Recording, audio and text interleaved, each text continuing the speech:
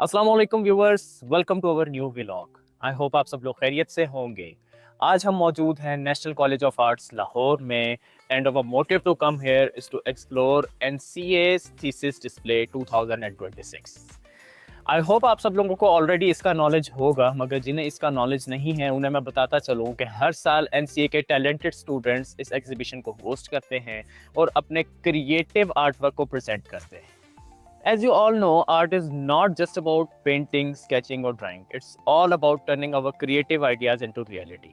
आइए आज की जर्नी में हम उन क्रिएटिव आर्ट वर्क को एक्सप्लोर करेंगे, आर्टिस्ट से बात करेंगे और उनसे जानेंगे कि इस आर्ट वर्क के पीछे उनकी क्या इंस्पायरेशन है। So let's start.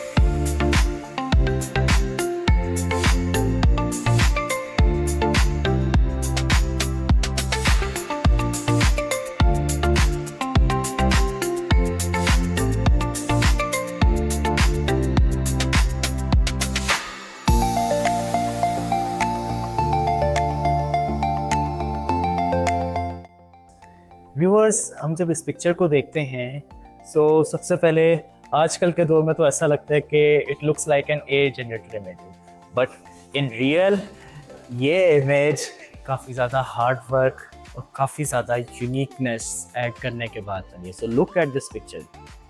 ये सारा सीन हैंडमेड डिज़ाइन हुआ है। So what a unique design that is. Beautiful work.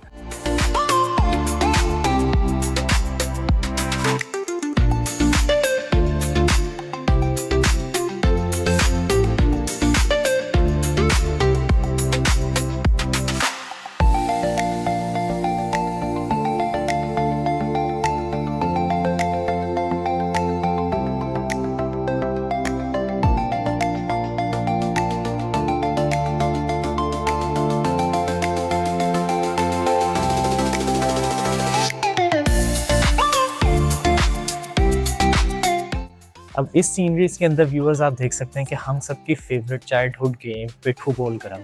वैसे जो लोग सोशल मीडिया पे ज़्यादा रहने वाले हैं उनको तो नहीं इसका पता होगा, बट हम सब के छोटे होते हुए ये फेवरेट गेम होती थी पिट्ठू गोल करम। सो आप जैसे देख सकते हैं ये उसकी सीनरीज सारी यहाँ पे बनाई हुई है। आर्टिस्ट ने उस गेम को इस सीनरी के अंदर प्रेजेंट किया हुआ। So what a beautiful and amazing work that is.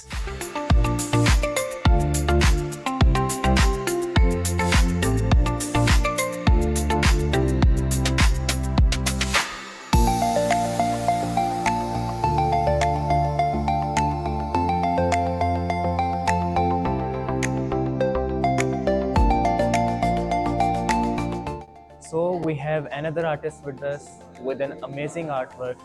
So इनसे जानते हैं कि इसके पीछे इनका क्या माइंडसेट था। What's your name? Ayesha Nasir. Okay, so tell me about your art. इसे डिफाइन करें और बताएं कि इसके पीछे क्या माइंडसेट है। मेरा जो सारा काम है वो एक जापानीज नॉवल पर बेस्ड है। नॉवल का नाम है the tale of Genji. It was written by Murasaki Shikibu during the 11th century. अगर मैं आपको नॉवल का एक बेसिक बताऊं तो it was written on a shining prince exploring his romantic relationships, personal struggles and emotional complexities of people around him.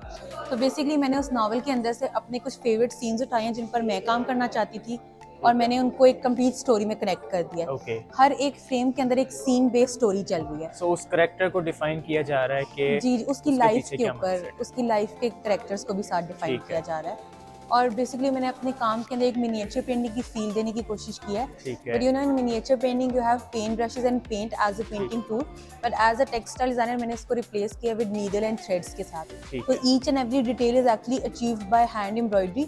एक एक stitch एक एक डिटेल हैंड एम्ब्रॉयडरी के थ्रू दी। करीब आके दिखाएं कि मेनली जो आर्ट वर्क है साथ साथ एक्सप्लेन भी कर दें। If you talk about this particular frame, इस फ्रेम का नाम है द इंटीमेसी ऑफ एब्सेंस। ठीक है। किसी चीज की ना होने की खूबसूरती के बारे में इस फ्रेम के अंदर दिखाया जा रहा है। ठीक है, अंडरस्टूड। और इसके अलावा बाकी पेंटिंग्स? जैसे कि जापान में एक बहुत फेमस फेस्टिवल है, फेस्टिवल ऑफ चेरी ब्लॉसम, तो ठीक है। उस पूरे सीन को मैंने डिपिक्ट करने की कोशिश किया है और मैंने एक बहुत इंपॉर्टेंट प्रिंसिपल दिखाने की कोशिश किया है। जापानीज एक टर्म है मोनोनो अवारे, उसका मतलब है कि the fact that nothing last for ever. मैंने अपने काम के अंदर वो दिखाने की कोशिश की है कि कोई भी चीज़ का परमानेंट होना, ना नेचर परमानेंट है, ना इंसान परमानेंट है, ना ये जैसे फूल है सारे, ये जो चेरी ब्लॉसम्स है, ये झड़ रहे हैं सारे, इसमें ये दिखाया गया है कि impermanence of each and every detail. Understood. Very great work and best wishes. Thank you so much.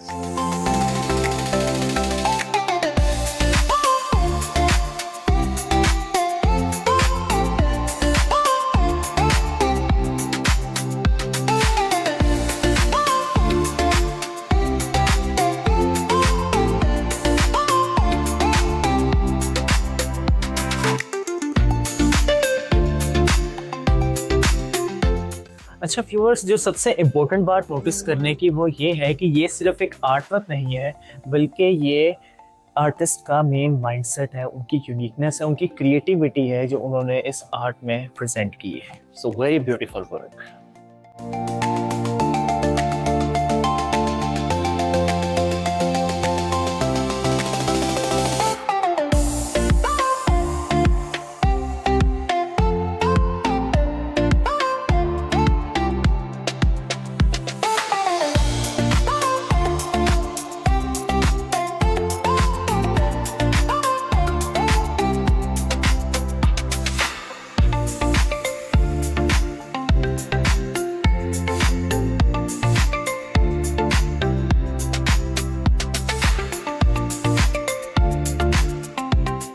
Viewers, right now हमारे साथ एक आर्टिस्ट मौजूद हैं जिनका बहुत ही एक अमेजिंग आर्ट है। सो इनसे जानते हैं कि what this is all art about और इसके पीछे इनकी क्या इंस्पिरेशन है। What's your name? अस्सलाम वालेकुम, मेरा नाम ईमान फ़हीम है and I am a graduate of like VCD visual communication design. So tell me what's your art all about? So basically as you can see, मेरा जो टॉपिक इट्स बेस्ड ऑन पान की एक delicacy.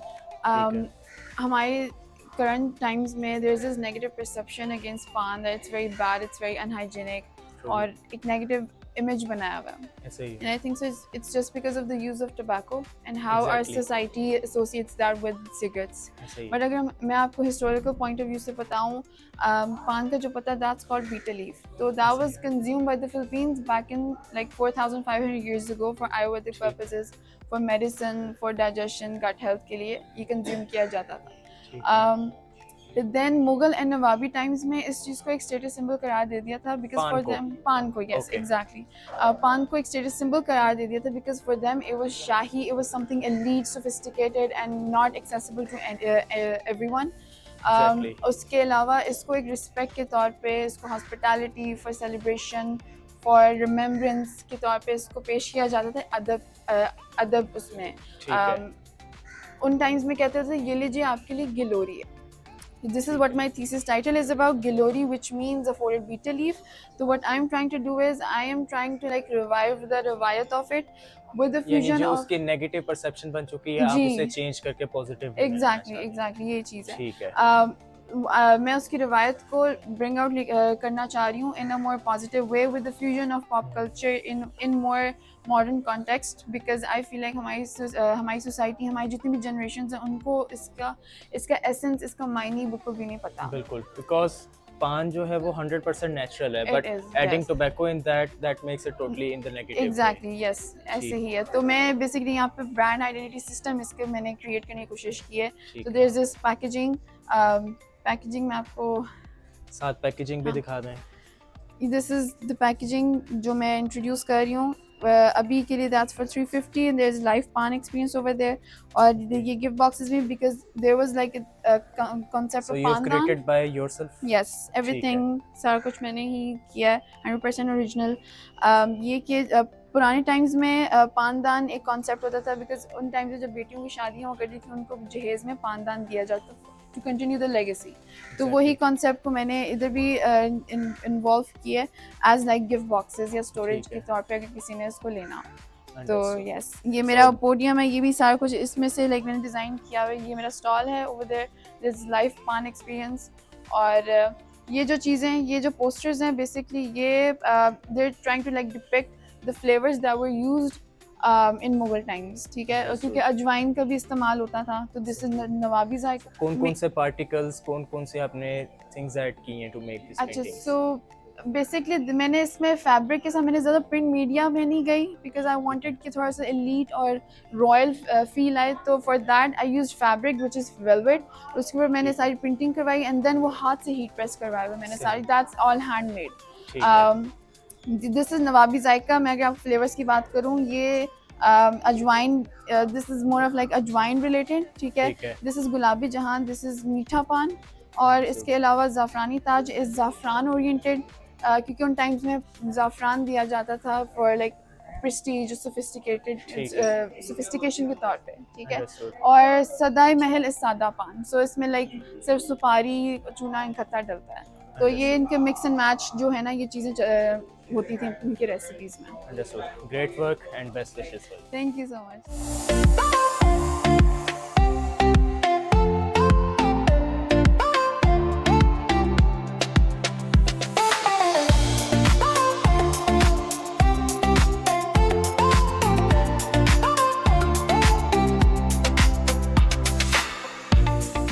Viewers, let's view another amazing art work. आप यहाँ पे आके देख सकते हैं कि आर्टिस्ट ने अपनी सारी लाइफ स्टोरी धागे से यहाँ पर क्राफ्ट की है। So what an amazing idea और what an amazing creativity.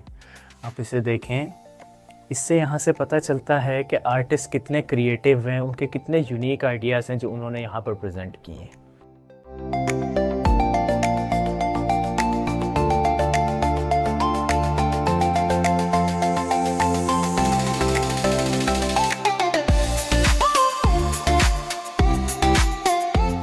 Viewers, we have got another great artwork and I would say it's completely different from the other artworks, क्योंकि इस आर्टवर्क की स्पेशलिटी ये है, इट्स ऑल अबाउट कि हम students को, specially जो चिल्ड्रन हैं, उनको टीच किस तरह कर सकते हैं। तो ये टीचिंग का होल प्रोसेस है। जैसे कि मैं अपनी पॉडकास्ट में भी बात करता हूँ कि हम चिल्ड्रन को मेनली ये तो सिखा देते हैं कि आपने सिलेबस में क्या पढ़ना है या ऑल अदर थिंग्स, बट उनको हम लाइफ की ट्रेनिंग नहीं देते, तो इस चीज़ में हम काफ़ी लैक करते हैं। So we have artist with us. What's your name?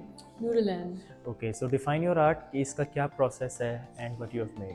ठीक है, तो बेसिकली मैंने एक एजुकेशनल इंटरैक्टिव बोर्ड गेम बनाई है बच्चों के लिए, targeting age group 10 and above. And मेरा मकसद इस गेम का ये है कि it's inspired by the journey of a working woman, और मैं चाहती हूँ कि मैं बच्चों को लेसन्स दे सकूँ कि उनके आगे आने वाली जर्नी में क्या क्या चीज़ें आएंगी और वो उनके साथ किस तरह डील कर सकते हैं, कैसे दैट्स आगे वेरी बढ़ ग्रेट, क्योंकि वही मैंने बात की कि हम इस ट्रेनिंग में काफ़ी लैक करते बिल्कुल हैं। बिल्कुल बिल्कुल। और स्पेशली एक बहुत फन और इंगेजिंग तरीके से बच्चों को लेसन्स देना कि वो सीखें भी ताकि और वो उनके लिए इंटरेस्ट अट्रैक्टिव लेके हो, भी क्योंकि बच्चों के लिए वैसे ही कार्टून्स और इस तरह की फन गेम्स काफ़ी इंटरेक्टिव और आजकल की जनरेशन वैसे भी आईपैड और लाइक डिजिटल उन चीज़ों में ज़्यादा इन्वॉल्व है, तो familiar हैं। उनको थोड़ा ऑन ग्राउंड लेके आना भी आई थिंक इम्पोर्टेंट सो है। Define the process. तो बेसिकली ये एक process completely interactive board game है जिसपे डिफरेंट स्टॉप्स आते हैं। ठीक है। वैसे तो आप व्हील स्पिन करते हैं और जो नंबर आता है उतने स्टॉप्स बच्चे आगे चलेंगे, but I can walk you through जो सारे स्टॉप्स हैं। ठीक है। सो पहला स्टॉप है हमारा आइलैंड। इसके ऊपर जब बच्चे पहुंचते हैं तो यहाँ पे लेसन ये है कि कई दफ़ा आपके हर एक्शन पे नज़र होती है, लोग आपको देख रहे होते हैं आप क्या करेंगे क्या नहीं करेंगे, लेकिन आपको अपनी मर्ज़ी से अपनी चीज़ करके आगे बढ़ने की ज़रूरत है। फिर अगला स्टॉप आपका आता है वर्ड बैंक। इसके अंदर कुछ ऐसे वर्ड्स हैं जो नेगेटिव हैं जो बच्चे ढूंढेंगे, लेकिन फिर कुछ ऐसे वर्ड्स भी हैं जो पॉजिटिव हैं, जिस तरह के कीप इट अप। तो जो लैंग्वेज आप अपने लिए यूज़ करते हैं अपनी जर्नी में वो काफ़ी इंपॉर्टेंट होती है। फिर अगला स्टॉप आता है एंडलेस रट, कि कई दफ़ा आप अपने दिमाग के केओस में फंस जाते हैं, आप स्टक हो जाते हैं, एक लूप में फंस जाते हैं। बिल्कुल, क्योंकि वहाँ से लोग आपको देख भी रहे हैं और साथ साथ आपको नेगेटिव वर्ड्स भी आ रहे हैं, तो that could be the source of confusion. Exactly. लेकिन फिर लेसन ये भी है कि बच्चे जब लूप पे पहुंचते हैं तो जब वो उधर से आगे बढ़ते हैं तो वो नॉइज़ भी रुक जाता है और वो साउंड भी रुक जाती है और वो आगे बढ़ सकते हैं। और फिर जब वो इस सब के थ्रू गुजरते हैं तो फाइनली आप हिडन जेम्स की तरफ पहुंचते हैं, जिसमें ये लेसन है कि कई दफ़ा ज़िंदगी में you have to look within yourself, अपना टैलेंट रिकग्नाइज करने के लिए। उसी तरह अगर बच्चे जब कलर्ड ग्लास के थ्रू देखते हैं तो उन्हें डिफरेंट कलर्स ओवरलैप होते हुए नजर आते हैं ठीक डिफरेंट है। एंगल से, और यानी फिर इससे फाइनल उनके आइडियाज जनरेट होते हैं। यहाँ से वो अपने टैलेंट को पहचानना शुरू ठीक करते हैं, है। वो अपने अंदर देखते हैं और जो डिफरेंट पैटर्न्स हैं, जो डिफरेंट चीजें हैं, वो उसे by recognise ignoring all these things, इस सब के इन गुजरने सब के से बाद वो गुजरने वहाँ पे के पहुंचते बाद, हैं। ठीक है। और फिर उसके बाद आपकी फिनिश लाइन आती है जब आप अपना गोल अचीव कर लेते हैं, और मेरी गेम का नाम भी है गोल गेटर। तो बेसिकली ये सिंबलाइज करता है कि आपने अपना गोल अचीव कर लिया है जब पहुंच गया।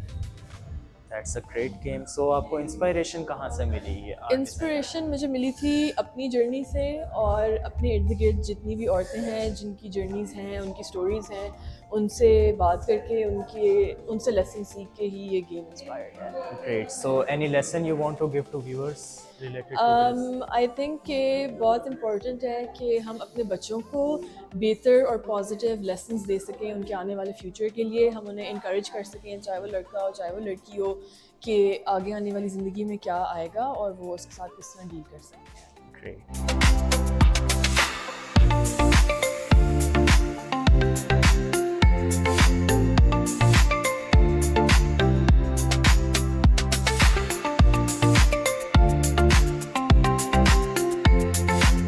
So viewers, I hope आप लोगों को आज का व्लॉग काफ़ी इंगेजिंग लगा होगा। NCA thesis display 26th of January तक कंटिन्यू रहेगी। Highly recommended for all of you to visit here and explore this creative artwork. इंशाल्लाह मैं आप लोगों से मिलूंगा नेक्स्ट व्लॉग में। आप सब लोग अपना बहुत ज़्यादा ख्याल रखिएगा। अल्लाह हाफ़िज़।